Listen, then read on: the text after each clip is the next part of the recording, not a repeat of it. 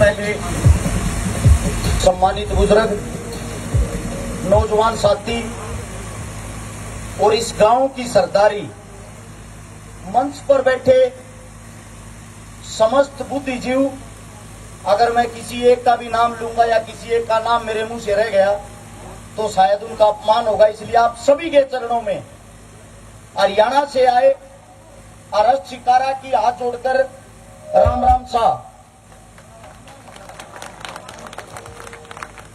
आप लोगों ने जो प्यार प्रेम दिया है उसके बदले में आज मैं भी कुछ बताना चाहता हूं, क्योंकि आप अरस शिकारा को सिर्फ फोन में देखते हो इसलिए तुम्हें नहीं पता। मैं ये चाहता हूं कोई भी ताली ना बजाए, कोई भी किसी चीज में ध्यान ना दे, सिर्फ 1 मिनट गौर करके मेरी बात को जरूर सुने। सबसे पहली बात तो बार बार आप एक शब्द बोलते हो, हरियाणा से आए अरस शिकारा, हरियाणा से आए।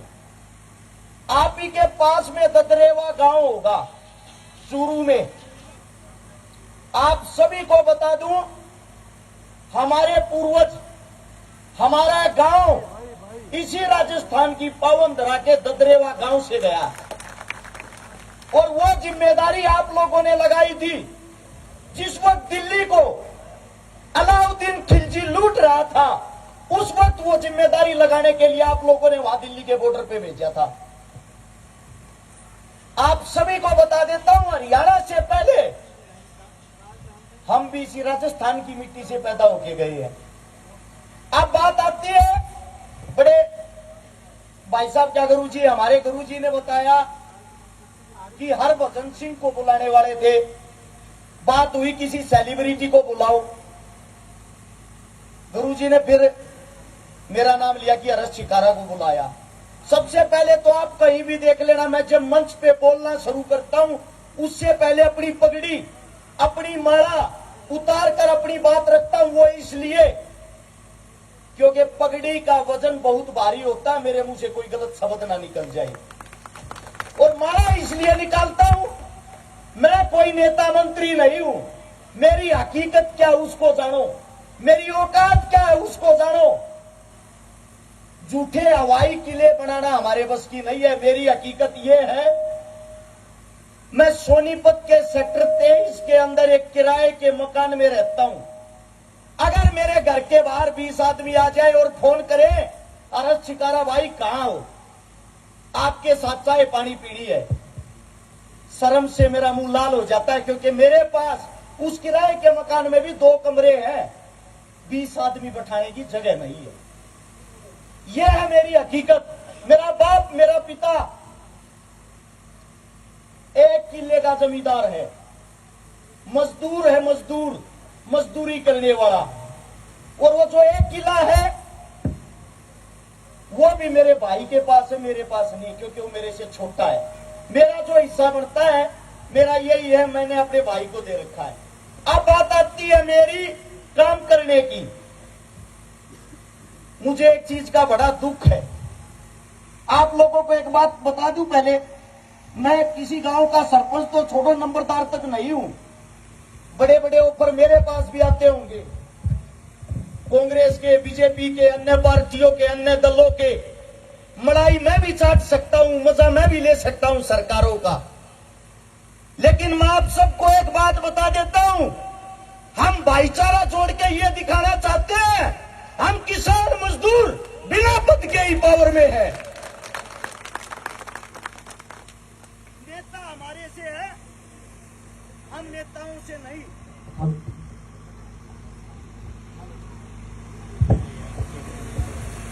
अब बात आती है भाईचारे की। आपके राजस्थान के अंदर चुनाव आ गया, मुझे बताते हुए कोई घबराहट नहीं होती। पिछले 2 चुनाव देख चुका हूं। यहां पर राजनीति के ऊपर, राजनीति जो वो जातिवाद के ऊपर की जाती है, जाति और धर्मों के ऊपर चुनाव होते हैं। और नेता जीतने के बाद हारने वाला और जीतने वाला एक साथ बैठ के दारू पी के पार्टी करते हैं। हम आपस में गली गली में लड़ते घूमते हैं। ऐसा क्यों? क्या आप लोगों के अंदर मानसिकता नहीं है? मैं आप सभी साथियों को एक बात बता देता हूं, हर पार्टी का मेरा भाई बैठा होगा यहाँ पे। मैं इन सब से एक बात कहता हूं, आप सब नौजवान हो, आप सब शिक्षित हो, इन सब चेहरों को मैं जानता हूं। अगर इनमें से कोई नेता बनता है, वो किसी भी पार्टी से विधायक, एमएलए, एमपी बने, उसकी जिम्मेदारी बनती है आ रहे हुए सभी नेताओं को अपने पास बुलाए और ये बोले हम अपने क्षेत्र को सभी साथी मिलकर सुधारेंगे। आप हार गए तो क्या हुआ, आपका भाई तो बन गया। असली में राजनीति ये होती है, लेकिन ये राजनीति कहीं रही नहीं, क्योंकि बड़े भाई साहब महिपाल मेहला साहब काफी टाइम से मैं संघर्ष करते हुए देख रहा हूं। मैं इनका बोलने का बहुत बड़ा फैन हूं, क्योंकि बेबाक बोलते हैं। भाई साहब के अभी प्रोग्राम में गया था, वहां भी मैं एक बात कह रहा था, भाई साहब आप ऐसी चीज का हाथ लगा रहे हो, राजनीति 3 आदमी कर सकते हैं, या तो राजा के घर में जन्म लिया हो, या फिर हमारे पास इतनी ब्लैक मनी हो जिसको व्हाइट करने के चक्कर में हम टिकट भी खरीद लें, वोट भी खरीद लें और आदमी भी खरीद लें। तीसरा राजनीति वो कर सकता है या राजा के घर में दरी बिछा रखी हो। हम है किसान पुत्र, हमारे से कोई सीधे मुंह बात नहीं करे, हम अगले से 1 साल तक नहीं बोलते भाई साहब। तो शायद हमारे कर्मों में राजनीति नहीं है, लेकिन इसका एक कारण है राजनीति हम कर सकते हैं, वो दिमाग से। उसकी एक छोटी सी उदाहरण के साथ आप लोगों को बताता हूं। एक बुजुर्ग अपने पोते को कंधे बैठा के घुमा रहा और उसने पूछा, दादाजी हम गुलाम कैसे हुए, हिंदुस्तान गुलाम कैसे हुआ? 15 अगस्त है परसों, आजादी का दिन, इस बात को गौर से समझना। दादा ने सोचा बच्चा बहुत छोटा है, इसकी उम्र मात्र 10 साल है, इसको कैसे समझाऊं मैं इतनी गहरी बातें। दादा उसको समझाता, बेटा वो पेड़ देख दिखाई दे रहा है। बोला हाँ, इस पेड़ के ऊपर बहुत सुंदर सुंदर घोंसले थे, चिड़िया के, काक के, कोयल के, सबके घोंसले थे, सबके घर थे। एक दिन एक लक्कड़हारा आता है, उस पेड़ की एक टहनी को काट देता है, कोयल का घोंसला नीचे गिर जाता है, कोयल रोने लग जाती है। काग बड़ा हंसा, बड़ा खुश हुआ, हमें तो कोई पूछता ही नहीं था। इस मूर्ख की आवाज सुन के सब ये कहते थे मधुर आवाज, अब देखूंगा कहां से निकलेगी। उस लक्कड़हारे ने दोबारा से कुल्हाड़ी उठाई, उस काग के घोंसले को भी काट दिया। काग भी नीचे गिर के रो रहा है, काग भी चिल्ला रहा है, बाकी हंस रहे हैं, तोता मैना सब। ऐसे करते करते उस लक्कड़हारे ने पूरे पेड़ को उजाड़ दिया। अंत में पेड़ एक छूटा डंडा बन के रह गया, उस लक्कड़हारे ने उस पेड़ को नीचे से भी काट दिया। पोता बोला, दादाजी मैंने भारत की गुलामी की बात पूछी थी, पेड़ कहां से आ गया? दादा बताता है, बेटा ये हिंदुस्तान एक दिन ऐसा ही एक सुंदर पेड़ था, जिसके ऊपर जाट ब्राह्मण, राजपूत, बनिए, हिंदू, मुस्लिम, सिख, ईसाई सब एक साथ मिलके रहते थे। अंग्रेज वो आरी लेके आए और जब वो हमारे को काट रहे थे ना नीचे से, हिंदुओं को काटा तो मुसलमान हंस रहे थे, जब मुसलमानों को लूटा तब ईसाई हंस रहे थे। ऐसे करते करते उस हिंदुस्तान को उन कमीने अंग्रेजों ने गुलाम बना लिया, जिनकी संख्या मात्र 1,05,000 थी, और उस वक्त हमारी संख्या 40 करोड़ थी। तब भी हम उन आदमियों के गुलाम रहे। वही गुलामी की जंजीरें आप लोगों के पैरों में अभी भी डली हुई है। जब कोई चुनाव लड़ता है, उस चुनाव के टाइम आप पार्टी का ठप्पा देखते हो, या किस पार्टी से चुनाव लग रहा, अगले का बैकग्राउंड नहीं देखते। अगला जमींदार के परिवार से है, तुम्हारे बीच खड़ा होने वाला है, तुम्हारे लिए हक की लड़ाई लड़ने वाला है या नहीं है। मेरा मानना यह है, आप सभी को बता देता हूं, राजनीति गलत चीज नहीं है, राजनीति गलत चीज नहीं है, अगर उसमें आप लोगों ने बदलाव करना सीख लिया तो। अगर बदलाव नहीं किया, आपके सामने 2 पार्टियां लाके खड़ी कर रखी है, एक बार कांग्रेस, एक बार बीजेपी, एक बार बीजेपी, एक बार कांग्रेस। मैं आप लोगों से पूछना चाहता हूं, किसान की, कमेरे की, मजदूर की, दलित की क्या कोई पार्टी है? क्या आप लोगों की कोई सुनने वाला है? जब आप कोठी पर किसी नेता मंत्री से मिलने जाते हो, आपकी चेकिंग करके आपको अंदर नहीं घुसने दिया जाता। मुझे ये बताओ, नेता चुनते हो या बटेऊ? ऐसी तैसी कर रखी उनकी। अरे कम से कम अपने भाई, अपने काका ताऊ, अपने बीच के उस इंसान को तो चुनो, जब आप लोगों को काम पड़े जाके उसकी गर्दन पकड़ सको, या उसका हाथ पकड़ के ये बोलो, भाई मेरा ये काम और अभी कर। इसलिए आप सबसे एक विनती है, गुजारिश है, ये जो जाति का कीड़ा है इसको अपने अंदर से मार लो। जब आपको आपके गांव के अंदर जरूरत पड़ेगी, आपके काम आपका पड़ोसी आएगा, ये जाति वाला कीड़ा नहीं आएगा।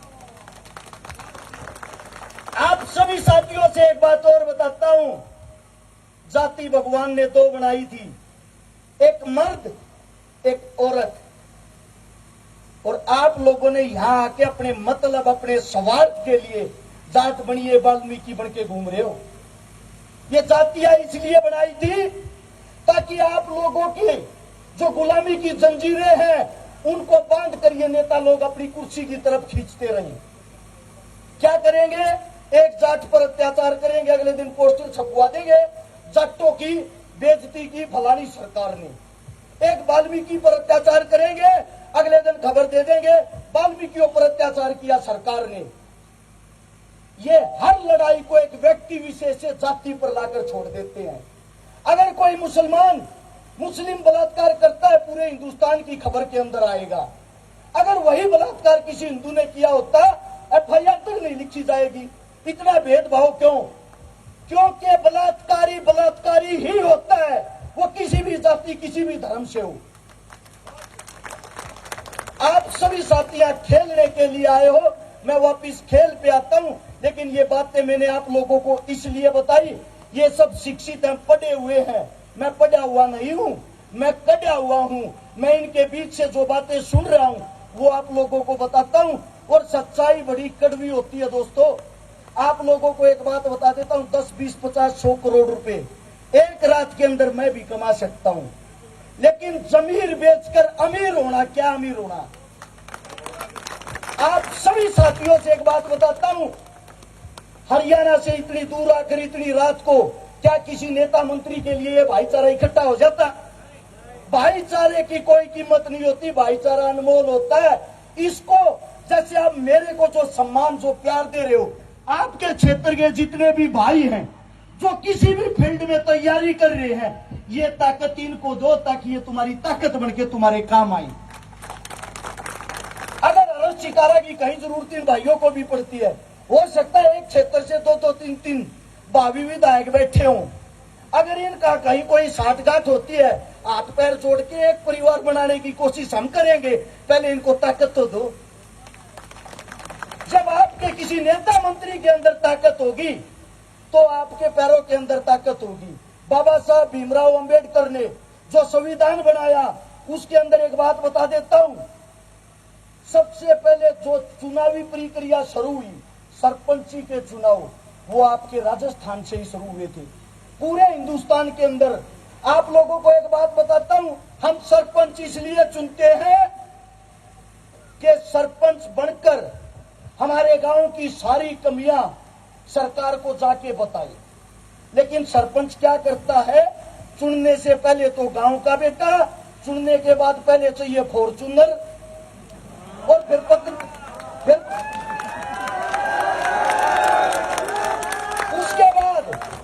उसके बाद उसको अपनी बीवी जी के लिए चाहिए करोड़ों रुपए की कोठी, गांव कराए ऐसी तैसी। मैं एक बिहार के नेता का इंटरव्यू सुन रहा, और उसको पत्रकार कह रहा, भाई साहब आपने पहला चुनाव लड़ा। मेला साहब ये बोल रहा, पहला चुनाव लड़ा तब आपने स्कॉर्पियो ली थी। बोला बिल्कुल ली थी। अगला चुनाव लड़ा आपने फॉर्चूनर ली थी। अब की बार आपका क्या विचार है तीसरे चुनाव में अगर आप बनते हो तो? वो बोला देखिए गांव के जितने भी रोड और सड़कें हैं काफी टूट गए हैं, इतने ज्यादा गड्ढे हो रखे हैं, हमारी फॉर्चूनर भी वहां नहीं चलती। पत्रकार खुश हुआ, पत्रकार ने खुश होकर कहा इसका मतलब अब की बार तो रोड बनाओगे, विकास करोगे। अरे नहीं रे पगले, अब की बार हेलीकॉप्टर लेंगे। इनको हेलीकॉप्टर दिलाने से आप लोगों को क्या फायदा, और हिंदू मुसलमान बना के आप लोगों को लड़ाने से इनको फायदा। इसलिए आप सभी को बताता हूं, इंसानियत जिंदा रखें, इंसान के काम इंसान आता है। अब बात आती है आपके खेल की। यही खेल मैं भी खेल चुका हूं, 2005-6 में हरियाणा की टीम में था। और 2006 के लास्ट में ही राजस्थान की रणजी टीम में मेरा सिलेक्शन भी हुआ था। लेकिन उस वक्त 13 लाख रुपए रिश्वत के मांगे गए थे, जो मेरे पास 3,000 भी नहीं थे। 13 तो कहां से देता। आप सभी साथियों को यह बताता हूं मैं, ये खेल नहीं खेल रहे आप। इस खेल के कारण जो आपका यूथ है, जो नशे की तरफ भागता है, जो आपका यूथ है, जो बदमाशियां करता है, शरारतें करता है, आप उनको सुधार रहे हो। आप अपने गांव को सुधार रहे हो, आप अपने क्षेत्र को सुधार रहे हो। जब आप यहां आकर पसीना निकालते हो, जो आपके छोटे भाई हो, जो आपके बच्चे हैं, वो भी इन चीजों को देखकर आप लोगों को फॉलो करते हैं। इसलिए आप सबसे गुजारिश विनती है, ये खेल नहीं है, इसको खेल मत समझना। ये आप अपने क्षेत्र को सुधार रहे हो, आप बीमारियों से बच रहे हो, आप अपने यूथ को सुधार रहे हो। इसको सुचारू रूप से चालू रखना, और जहां भी हमारी जरूरत पड़ेगी, जहां आप लोगों के पसीने की एक बूंद गिरेगी, वहां आधी रात को आप लोगों के लिए अपना खून बहा देंगे। खाली बात नहीं करते, करने में विश्वास रखते हैं। आप सबने इतना प्यार प्रेम दिया। एक विनती आप सबसे करता हूं, भगदड़ को ये साथी नहीं मचाओगा। वहां खड़े होकर जो फोटो वाली बात थी, मैं कोई सेलिब्रिटी नहीं हूं। मैं भी ये चाहता हूं सब भाइयों के गले मिलके के फोटो, मैं आप लोगों का फोटो अपने घर लेके जाऊं। इसलिए भगदड़ नहीं मचाऊंगे। सारे भाई वहां चलकर सुख शांति से सबके साथ